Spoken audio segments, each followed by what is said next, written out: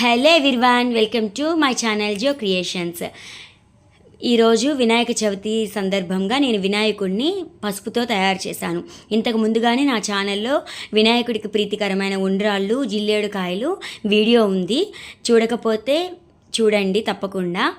అది చాలా easy and tasty recipes అవి. ఇది అయితే నేను పసుపు గణపతిని చేశాను. కొంచెం బియ్యం పిండిలో పసుపుని కలిపి ముద్దగా చేసుకొని చేశాను.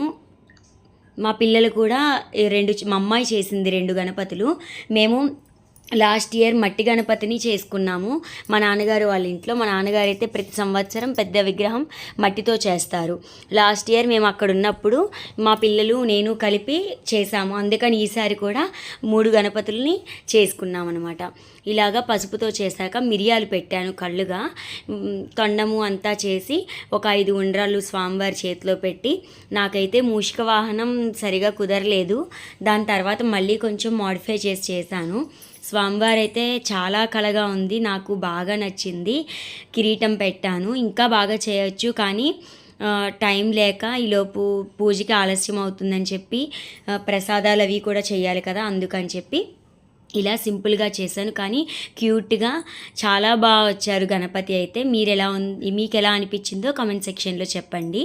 నేను దంతాలుగా బియ్యపు గింజల్ని పెట్టాను, కళ్ళుగానేమో మిరియాలు పెట్టాను. ఇదిగోండి మూషికం చేశాను కానీ అంత బాగా రాలేదు. దాని తర్వాత మోడిఫై చేశాను.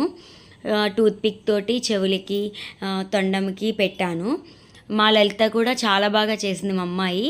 కానీ ఆ వీడియో తీయడం అనేది కుదరలేదు. నేను ప్రసాదాలు షూట్ చేస్తూ ఉన్నాను, సో దానివల్ల అది కుదరలేదు. లాస్ట్లో అయితే పెట్టాను 3 గణపతులు.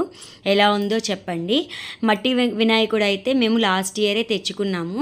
ఇంకా ఆ వినాయకుడిని కూడా పెట్టి పూజ చేసుకున్నాము. ఇలాగా విభూతి రేఖలు పెట్టి దానిపైన కుంకుమ అలంకరించాను. ఒక చిన్న జాకెట్ పీస్ తోటి పంచిలాగా పెట్టాను. ఇదిగో మా పూజ అయితే ఇలా జరిగింది. ఆ వినాయకుడి అనుగ్రహం అందరి మీద ఉండాలని అనుకుంటున్నాను. Thank you for watching.